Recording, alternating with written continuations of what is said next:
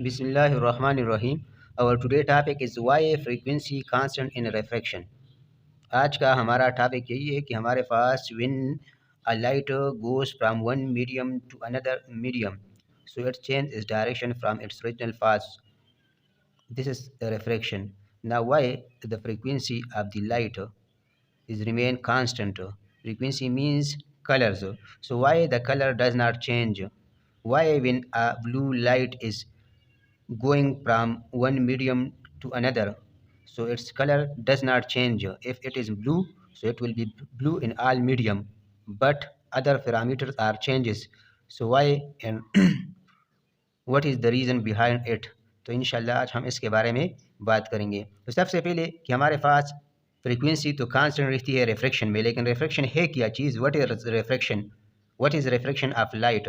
सो refraction कुछ भी नहीं है। जब हमारे पास एक लाइट, एक कलर एक मीडियम से दूसरे मीडियम में ट्रेवल करता है, तो वो अपना जो फाथ है वो चेंज करता है, ओरिजिनल फाथ से डिविएट करता है, उसका स्पीड डिक्रीज होता है। तो ये जो जब इसका स्पीड डिक्रीज हुआ या फाथ चेंज किया, इसको हम रिफ्रैक्शन कहते हैं। किस तरह? लेट सपोज ये हमारे पास एक लाइट है जो कि ब्लू कलर का है। ये ब्लू लाइट है, ये यहाँ आती है एयर से, वैक्यूम से, और वाटर में स्ट्राइक करती है सरफेस पे। तो वो उसका ओरिजिनल पाथ यही था, लेकिन ये बेंड हुआ, ओरिजिनल पाथ से डिविएट हुआ। इस बेंडिंग को हम रिफ्रैक्शन कहते हैं। लेकिन असल में इसका स्पीड चेंज हुआ तभी रिफ्रैक्शन हुआ, तभी ये बेंड हुआ। अगर इसका स्पीड चेंज ना होता तो ये सीधा चला जाता। इस तरह हमारे पास वैक्यूम में या एयर में हमारे पास लाइट सीधा चलती है। क्यों? क्योंकि उसका स्पीड कांस्टेंट होता है, उसका स्पीड चेंज नहीं होता, तो इसलिए उसका डायरेक्शन चेंज नहीं होता। अब ये हमारे पास एयर है जो कि रेयर मीडियम है, और ये हमारे पास वाटर है जो कि डेंसर मीडियम है, वाटर है। जब ये ब्लू लाइट यहाँ से आके टकराती है तो ये इसने ओरिजिनल पाथ चेंज किया, ये हमारे पास रिफ्रैक्शन हुआ। किस लाइट का? ब्लू लाइट का। इसका स्पीड कम हुआ, इसका वेवलेंथ कम हुआ, लेकिन अगर आप देखें तो इसका जो फ्रीक्वेंसी है वो कांस्टेंट है। किस तरह? क्योंकि हमें पता है फ्रीक्वेंसी हमें किसको जाहिर करता है? कलर्स को। The source of colour is frequency. तो अभी यहाँ भी ब्लू था और वाटर में भी वही कलर ब्लू है, चेंज नहीं हुआ, तो फ्रीक्वेंसी कांस्टेंट है। अब ये हमारे पास रेड लाइट है जो कि वाटर से जा रही है, कहाँ पर? रेयर मीडियम की तरफ, एयर की तरफ। तो डेंसर मीडियम में इसका स्पीड कम होता है, वेवलेंथ कम होता है, लेकिन जो ही वो रेयर मीडियम यानी एयर में दाखिल होता है तो इसका स्पीड इंक्रीज होता है, वो ओरिजिनल पाथ से डिविएट करता है अवे फ्रॉम नॉर्मल। तो यहाँ पे इसका स्पीड भी इंक्रीज होता है और इसका वेवलेंथ भी इंक्रीज होता है। लेकिन अगर देखें तो ये वाटर में भी वही रेड लाइट था और यहाँ एयर में भी वही लाइट है, वही कलर है, वही रेड कलर है, तो फ्रीक्वेंसी इसका चेंज नहीं हुआ। क्यों नहीं हुआ? क्योंकि यहाँ भी इसका कलर रेड था और यहाँ भी वही कलर है, रेड। अब कलर चेंज नहीं हुआ ड्यू रिफ्रैक्शन।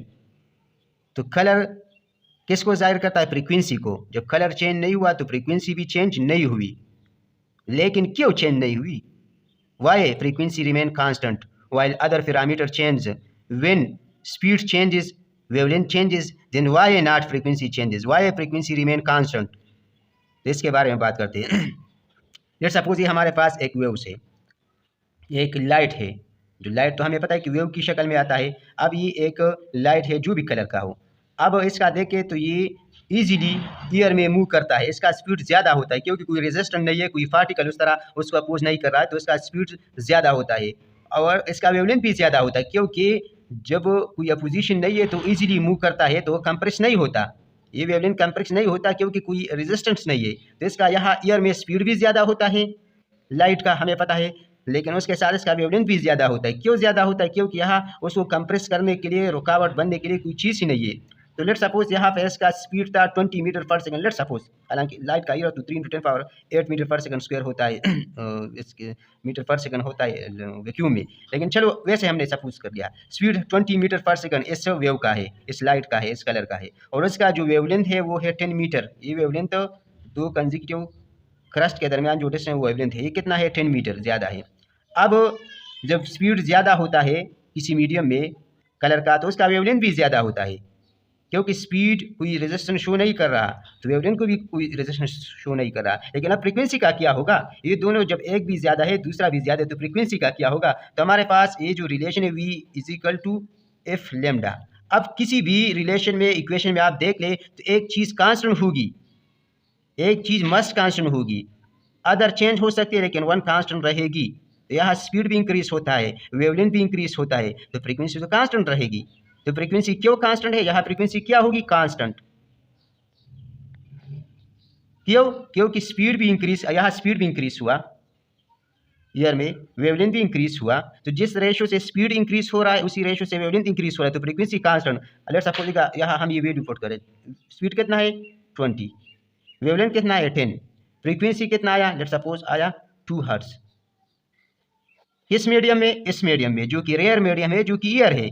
अब ये लाइट, ये कलर जब रिफ्रैक्शन करता है किसी दूसरे मीडियम में चला जाता है, तो इस कलर के वेवलेंथ और फ्रीक्वेंसी और स्पीड पे क्या इफेक्ट पड़ेगा। तो लेट्स सपोज ये जो वही लाइट है, वही कलर है जो कि ईयर से डेंसर मीडियम वाटर में आ गया है। अब यहाँ पे आ गया है तो वाटर में तो पार्टिकल ज़्यादा है, पोजीशन ज़्यादा है, कोई मीडियम है तो इसका तो स्पीड डिक्रीज होगा, ये तो हमें पता है। जब स्पीड डिक्रीज होगा, रेजिस्टेंस ज़्यादा होगा तो वेवलेंथ भी कंप्रेस होगा। स्पीड डिक्रीज हुआ, वेवलेंथ भी डिक्रीज हुआ। जैसे सपोज हमारे पास यहाँ वेवलेंथ था कितना, स्पीड था कितना हो गया 10 मीटर, उसका हाफ हो गया कितना 10, उसका वेवलेंथ भी कम होगा। क्यों कम होगा, क्योंकि स्पीड डिक्रीज हुआ तो वेवलेंथ भी डिक्रीज होगा, क्योंकि वेवलेंथ को भी रेजिस्ट करने के लिए वो मीडियम है, डेंसर मीडियम है, पार्टिकल ज़्यादा है तो कंप्रेस होगा, तो इसका वेवलेंथ भी कम हुआ, 5 हुआ। तो अब 10 को 5 पे डिवाइड करो 2 हर्ट्ज आएगा। तो क्या मतलब हुआ, यहाँ स्पीड अलग था, वेवलेंथ अलग था, यहाँ स्पीड अलग है, वेवलेंथ अलग है, लेकिन फ्रीक्वेंसी यहाँ भी 2 हर्ट्ज था और यहाँ भी 2 हर्ट्ज है। मतलब क्या हुआ कि इस मीडियम में स्पीड और वेवलेंथ एक है, इस मीडियम में ड्यूरिंग आफ्टर रिफ्रैक्शन स्पीड और वेवलेंथ दूसरा है। यहाँ जो स्पीड और वेवलेंथ है वो इसकी वैल्यू अलग है, यहाँ स्पीड और वेवलेंथ की वैल्यू अलग है, लेकिन फ्रीक्वेंसी यहाँ भी वही है और यहाँ भी वही है।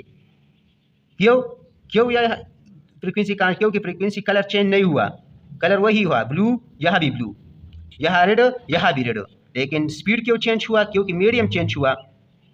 स्पीड तो मीडियम पे डिपेंड करेगा कि मीडियम रेयर है तो स्पीड ज़्यादा वेवलेंथ ज़्यादा, मीडियम अगर डेंसर है तो speed come wavelength come, but frequency will remain constant during refraction. तो उम्मीद करता हूँ ये वीडियो आपको पसंद आई होगी। अगर वीडियो आपको पसंद आई है तो चैनल को सब्सक्राइब करें और बेल आइकन दबाएं, ताकि मैं जो नया वीडियो बनाऊंगा वो बर वक्त आप तक पहुंच सके।